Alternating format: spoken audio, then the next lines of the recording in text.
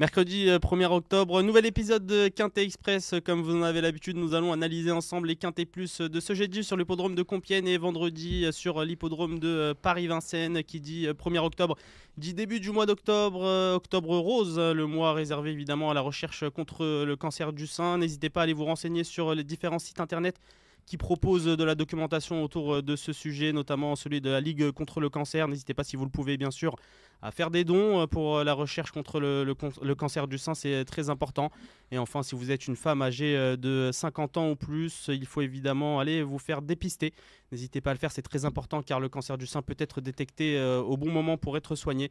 Donc à partir de 50 ans, il est recommandé d'effectuer une mammographie une fois par an. Donc n'hésitez pas à vous rendre sur les différents sites, je le répète, pour vous renseigner autour de ce sujet particulièrement important. Retour aux courses, on va attaquer l'étude de ces deux quintets avec les deux experts qui sont autour de moi aujourd'hui pour vous livrer leur base, leur outsider et leur rayure, à commencer par Lucas Quentin à ma gauche. Comment ça va, Lucas ? Ça va nickel, et toi, cher Abdelak? Je me suis habillé en rose pour l'occasion et cette noble cause, et j'ai hâte d'affronter pour la première fois sur ce plateau mon adversaire. Oh, il l'a pas teasé, il nous laisse le suspense. En face de lui, ce sera Baptiste Bourget. Comment ça va, Baptiste ? Ça va, Abdelak, ça va, Lucas, et bonjour Nickel. à tous. Content de retrouver de l'obstacle, je présume, sur les ponts de Compiègne, Baptiste ? Ah ouais, c'est un beau quintet, on va essayer d'être bon, mais je suis assez confiant.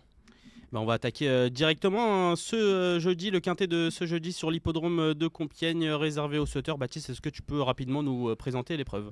Oui, tout à fait, il s'agit du prix de Beaune, un handicap pour seuls 5 ans sur les haies, 3600 mètres à parcourir, et ils seront 18 à prendre les départs. Une distance de 3600 mètres, tu l'as dit, il va falloir un petit peu de vitesse selon moi. Lucas, qu'est-ce que tu en penses ? Comment tu sens ce quintet et qui sera ta base dans cette épreuve ? Ce quintet est quand même très difficile, on a beaucoup de partants, il y a à boire et à manger, mais moi j'ai une vraie conviction, un cheval que je suis depuis très longtemps maintenant et que vraiment j'adore, c'est un peu mon petit champion, et c'est le 14 Pompano. C'est un véritable dur à cuire, il l'a jamais, il y a des fois on se dit... pour aborder le tour en finale, il va être 10e, ça va être compliqué, et il remet toujours un coup de rein. Ça a encore été le cas la dernière fois, où justement on se dit que ça va être compliqué, et c'est encore lui qui finit sur les autres. Donc sachant que c'était une rentrée, et la ligne a pris un peu de relief, puisque le 7e, qui était un Noël Georges pas évident à dire, Undeniable Alibi, Magnifique. a regagné la fois d'après. Donc je trouve qu'il a beaucoup d'atouts dans son jeu. J'aurais été encore beaucoup plus chaud en terrain lourd, il a vraiment besoin d'un terrain assez lourd. Mais je suis obligé de lui faire confiance et on lâche pas son champion en cours de route. Ouais, il a déjà bien fait en plus sur la distance du Ouais. jour. Maintenant, il me semble qu'il va découvrir l'hippodrome Oui, de Compiègne. Ça t'inquiète oui, pas non, plus que ça. pas plus. C'est un dur à cuire. Il Ça- sort de tout. Et ça n'a pas l'air d'inquiéter non plus Elisabeth Allaire, son entraîneur sur notre site equidia.fr. Qu'est-ce que tu en as fait de Pompano, toi, Baptiste ? Je crois qu'il l'a mis trop loin pour moi. Je l'ai mis peut-être un poil loin. J'ai peur qu'il soit un poil pris de vitesse quand même sur ce parcours qui est quand même plus sélectif que celui d'Auteuil. Il sait que finir. Ouais, mais faut finir à l'heure, pas trop tard. C'est ça. C'est mieux pour les Si le tickets. terrain avait été beaucoup plus pénible, il aurait eu le temps de revoir des chevaux qui ont plus de tempo que lui, selon moi. Mais je l'ai retenu quand même dans mon ticket, mais pas en base. Tu l'as préféré le numéro 1, la délirante. Ouais, la Délirante, c'est vraiment ma petite Oh, j'ai championne. l'impression, j'entends que ça depuis ce matin. C'est vraiment ma petite championne. C'est une jument qui a une vraie classe. Elle est d'ailleurs gagnante de l'Istod sur l'hippodrome d'Auteuil. Après, elle a affronté quand même un lot très relevé contre des aînés en fin de saison. Terrain très très lourd. Je pense qu'elle avait un petit peu plein les pattes, si vous me passez l'expression. Elle a bien hiverné. Elle a fait une rentrée sur l'hippodrome d'Auteuil, une des toutes premières réunions de l'année. Elle a gagné son épreuve sur le steeple-chaise. Elle a été écartée des pistes. Après, on sait que les protégés de François Nicole sont toujours bien prêts à être compétitifs d'entrée de jeu. Et même si elle a 72 kg, je pense qu'elle a vraiment une classe d'écart avec le reste du lot. Je pense que c'est une vraie jument de groupe Elistud. Elle affronte ici un lot de chevaux de plus de handicap. Pour moi, même avec 72 kg, elle doit gagner. Certes, elle est un peu chargée, mais elle a de la classe, nous dit François Nicole sur equidia.fr. La délirante, Lulu, on a gardé ? Non, moi après j'ai pris une formule champ total, mais ça me paraît trop beau pour être vrai. Rentrer portera du poids sans moi. Après, dit. elle a le droit d'être 5ème. Elle a le droit d'être 5ème, dans mon c'est vrai, ticket. dans ton Et je champ prends un total. risque, je suis à l'opposé de mon adversaire. Pour pimenter un peu les rapports, Lucas. Pimenté, j'aime bien le 15 Charmavel en tout cas. Très bon deuxième la dernière fois à Clairefontaine, et là encore la ligne a pris du relief puisque le troisième interdit de jeu a regagné dans la foulée à Auteuil. Donc je crois qu'il va tout simplement bien s'adapter à Compiègne et qu'il devrait être dans le coup. Charmavel, le Ouais. numéro 15, l'outsider de Lucas. Pour Baptiste, ce sera le numéro 11, Autobello. Ouais, j'aime bien toujours les protégés du duo Chaillet-Pamar, qui sont souvent façonnés en province. Ils arrivent avec des valeurs pas Un peu de marge. ouais, avec un petit peu de marge au poids. Et en dernier lieu, il avait quand même pas mal d'argent. Il y a moins de 10 contre 1 dans le prix Jean Bart. Il était bien en course. Cheval qui n'a pas de bonnet. Donc c'est un cheval qui va pouvoir suivre je pense, le tempo assez élevé. Il a fait une faute sur la première difficulté de la ligne d'en face. On n'a rien vu, mais je pense qu'il est encore compétitif pour jouer les premiers rôles. Et il y aura, semble-t-il, plus de 10 contre 1. Ouais, je pense aussi, hein. C'est vrai que c'est un entraînement redoutable pour ce numéro 11 Otto Bello et son entourage justement insiste dans les quintets. On peut pourquoi pas y voir un signe du côté des rayures, Baptiste, avec qui tu n'as pas fait dans ce quintet. J'ai choisi de rayer l'autre Nicole de service, Earl of Shannon, qui est un cheval qui me semble barré à ce poids-là, qui n'a pas gagné depuis longtemps. Ça me semble un petit peu compliqué pour ce Hongre. On peut rayer des Nicole dans des quintés, cher Baptiste, apparemment. Numéro Je 2, l'apprends. c'est la rayure de Baptiste Earl of Shannon. Mais pour moi, il a beaucoup moins de classe que sa compagne C'est pas les d'entraînement. mêmes. Là, pour moi, c'est pas le même. Est-ce que Lucas a eu le cran de mettre la délirante en rayure? Ah non, j'ai pas Oh. franchi ce pas là. Là, j'ai ouvert un peu plus le parapluie. J'ai fait confiance surtout à Hugo Mérienne qui nous dit justement sur siteequidia.fr qu'elle risque de manquer. C'est un entraîneur très habile, je bois ses paroles. Tu nous parles du numéro 8, Kikounet, du coup, Oui, qui va faire sa rentrée, Tout à fait. qui n'a pas couru depuis le mois d'avril. Elle Et c'est risque vrai de que manquer. Hugo Mérienne nous explique qu'il va falloir la regarder courir. On va passer au quintet de nos deux experts. Lucas, toi l'honneur, est-ce que tu peux nous proposer ton quintet plus pour ce jeudi à Compiègne? Tout à fait, donc je suis parti sur ma conviction de la course, le 14 Pompano en tête. Je lui associe en deuxième position mon outsider, le 15 Charmavel, qui s'est bien comporté la dernière fois à Clairefontaine. Le 6 Mick de Beaumec qui vient de s'imposer à la rigolade pour sa rentrée à Angers. C'est le redoutable entraînement en ce moment d'Étienne Dandigné et je préfère l'avoir avec moi. Et le 5 Caltiron, c'est un cheval un peu spécial, un peu intermittent, mais il vient de courir 2 fois pour préparer au mieux cette course. Et là, Hugo Mérienne nous dit que c'est l'objectif et la course visée. Il semble très confiant, donc je le retiens en quatrième position. Formule champ total derrière. Donc 4 bâches champ total. Avec la délirante qui peut donc Tout à faire fait, l'arrivée. tout à fait.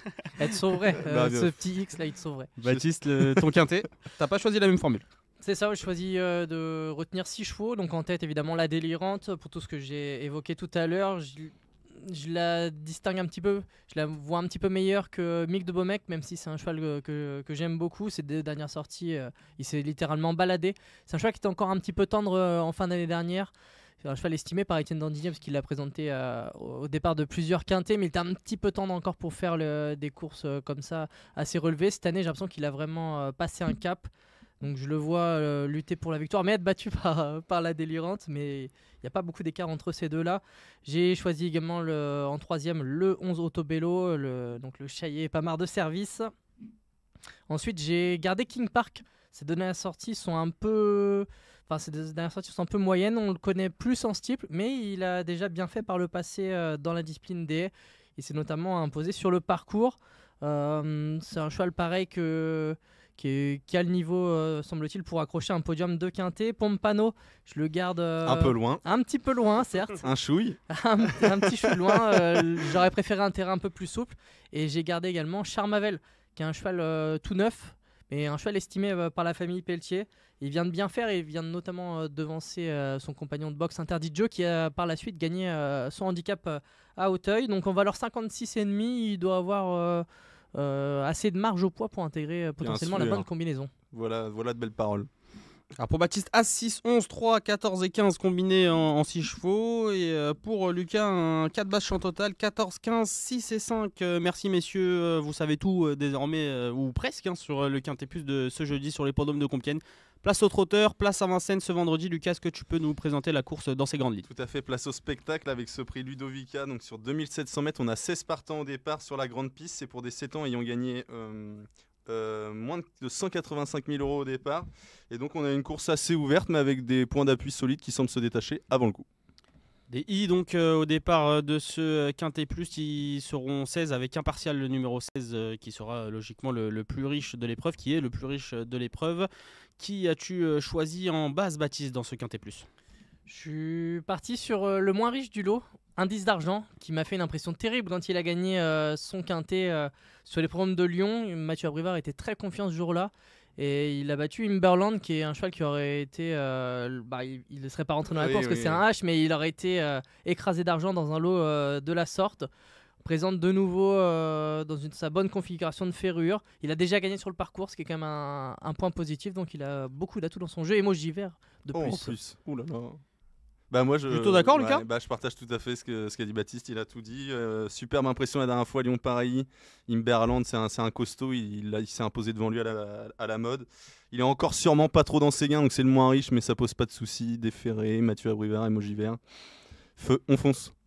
Nos deux experts sont d'accord pour leur base, ce sera le numéro 1 10 d'argent. Ils sont également d'accord sur leur outsider. C'est incroyable ça. Ce numéro Les 13. grands esprits se rencontrent. C'est truqué. Irmila de Sommer, est-ce que tu peux nous en parler, Lucas ? Oui, c'est une jument que j'ai toujours bien aimée. Elle a affronté des lots un peu meilleurs que celui proposé ce vendredi par le passé. Et elle vient d'être bonne 3e à Amiens. Elle a eu de l'ouverture assez tardivement. Elle a bien fini. Là, elle est déférée des 4 pieds, ce qui n'était pas le cas. Et configuration de ferrure où elle excelle. Donc j'y crois beaucoup. Je pense qu'à Belcote, elle va être dans le coup, tout simplement. Ça a l'air d'être un engagement assez visé. Hein. La famille de la course se déplace assez rarement à Vincennes avec elle. Mais à chaque fois, c'est à bon escient. Déféré. On a assez bon engagement quand même face aux seuls 7 ans. L'aptitude au parcours, donc beaucoup d'atouts dans son jeu. L'outsider de nos deux experts, donc le 13 Irmila de Sommer. Là, on va passer aux rayures. Et là, j'ai envie de donner la parole à Lucas, qui m'a interpellé avant l'émission. Et il m'a dit, Abdelhak, je vais te faire un truc qu'on t'a jamais fait aujourd'hui. Je vais donner 2 rayures. On t'écoute, Lucas. 2 pour le prix d'une. Alors, j'ai ma rayure un peu plus safe, si tant est qu'elle est safe. C'est le 14 Ideal Dancer. Tout simplement rayure parce la dernière fois, il a fini que 7ème entre guillemets en division. C'était un peu compliqué pour franchir ses adversaires. Même si c'est l'entraînement Garato, je prends quand même un petit risque, mais ça me paraît difficile ce vendredi. Et ma petite rayure risquée, du coup, c'est que j'ai pas retenu dans mon ticket, c'est le 15 Hermès de Guess pour l'entraînement Bazir, qui a encore fait feu de tout bois ce mercredi avec Hymne du Gers. Mais la dernière fois, c'est un cheval compliqué dans les allures. La dernière fois, pour finir, ça allait plus trop. Je prends un risque, mais je le sens moyen, l'histoire. Hermès de Guez et donc Ideal Dancer, les 2 rayures de Lucas. De ton côté, Baptiste, tu as choisi le numéro 12, entre guillemets, Ideal Green. Ouais, Ideal Green, c'est dur. Ça manque, je trouve, on cherche un petit peu à se raccrocher aux branches, mais on n'a pas trop de perfs récentes, je trouve. Les branches à Cagnes-sur-Mer, un 2e. Ouais, mais c'est des bonnes branches, pas de victoire depuis longtemps, même s'il y a Benjamin Rochard dans le sulky. En plus, manque un petit peu de référence à Vincennes. C'est une rayure risquée comme j'aime à le faire. J'ai mais l'impression. Jean-Marie Roubaud se déplace jusqu'à Paris-Vincennes. J'espère qu'il y croit un peu plus que toi, mon cher Baptiste. Il peut venir faire un tour sur les champs. Je crois pas. La dernière fois qu'il est venu, si je dis pas de bêtises, c'était Impératrice Vitella, Pancaro. Tu veux changer de rayure ou on reste sur ça là? Il y a encore temps, cher Baptiste. Je garde. Le 12 Ideal Green, donc la rayure de Baptiste. Et on va t'écouter cette fois, Baptiste, en premier pour ton ticket dans ce quintet. Je suis parti d'un 4 bastions total. Donc avec un 10 d'argent en tête qui a tout pour plaire, comme tu disais, peut-être légèrement en retard de gain, il doit gagner ce quintet selon moi. Ivoire d'Arpé, une course visée là aussi, on a préparé cet engagement, on a préparé que ça même je dirais. Eric Raffin a été appelé au sulky. Il aurait peut-être pu mener Ideal Green justement, vu qu'il mène souvent pour les robots. C'est ça, donc meilleure configuration de ferrure, cheval qui connaît le parcours par cœur. Yermas de Gaz, je l'ai gardé en 3ème, c'est un cheval cas de la classe. Si la famille Bazir a réussi à faire quelques petits réglages pour surtout le faire démarrer et le garder au trot, il peut bien faire ici. Et Irmala de Sommer, notre outsider. As 9, 15, 13, champ total pour Baptiste. Lucas, on t'écoute. L'As, un 10 d'argent, je crois tout simplement que c'est mon vainqueur en puissance et qu'il va pas être loin du compte. Le 13, Irmila de Sommer, mon outsider, j'y crois beaucoup. Le 12, Ideal Green, je sais pas ce qu'a fait Baptiste dans son papier, mais il y a un écart. Le 5, Iséo de Loup, un autre visiteur ambitieux de très bonne ligne. Il a affronté des Easterman et Harmonie du Rabutin à foison, là, ça sent bon. Le 9, Ivoire d'Herpé, sûrement le choix d'Éric Raffin. Brillant lauréat en août dernier à Vincennes, on a préparé cette course. Et le 6, Iris Farceuse, c'était très bien la dernière fois dans un meilleur lot. D4 cette fois. Et en mai dernier, elle s'intercalait entre un certain Historique Mosin et Iliomanto. Ça peut suffire pour faire la rêve. Je crois bien. As 13, 12, 5, 9 et 6 pour le quintet plus de Lucas. Vous avez maintenant toutes les cartes en main pour jeudi et vendredi pour préparer vos différents jeux dans les 2 quintets plus qui nous attendent ces 2 prochains jours. On va évoquer rapidement, messieurs, le grand rendez-vous de ce dimanche. Vous n'êtes pas sans savoir qui dit premier dimanche du mois d'octobre dit évidemment réunion du Qatar Prix de l'Arc de Triomphe. Ils sont pour le moment 18, les partants probables dans l'Arc de Triomphe. Baptiste, est-ce que tu as déjà un coup de cœur dans cette épreuve ? J'aimerais bien que ce soit ma petite chouchoute aventure qui gagne, mais je pense que Mignoc va le faire. Eden O'Brien est très confiant. Il a dit qu'on avait encore quasiment rien vu du potentiel de sa pouliche. Christophe Soumillon, qui est habitué un petit peu aux deuxième places dans cette épreuve depuis son sacre avec Zarkava, il a les moyens de remettre les pendules à l'heure. Donc Mini Hawk. Après, c'est toujours un peu compliqué les femelles qui arrivent comme ça. On ne sait pas trop si elles ont battu des Qu'a-t-elle championnes. battu, C'est ça. Baptiste Mignot?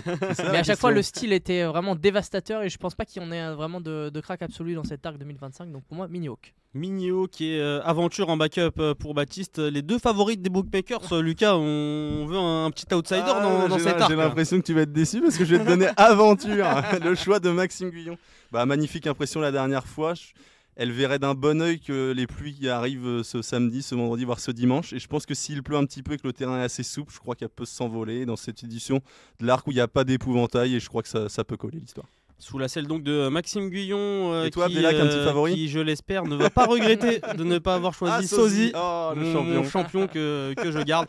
J'espère qu'il ne va pas énormément pleuvoir, mais on aura l'occasion de reparler de ce prix de l'Arc de Triomphe, puisqu'on vous prépare une émission digitale dès demain, ce jeudi, avec Jordan Philippi, Marine Véville et Elliot Fricot pour évoquer ensemble les partants de ce prix de l'Arc de Triomphe et tenter de dénicher les bonnes bases pour cette course tant attendue. Merci messieurs d'avoir été présents avec moi. Merci à Lucas. Merci à toi Abdelak. Merci Baptiste. Merci à tous. N'oubliez pas, Octobre Rose, rendez-vous sur internet pour plus d'informations.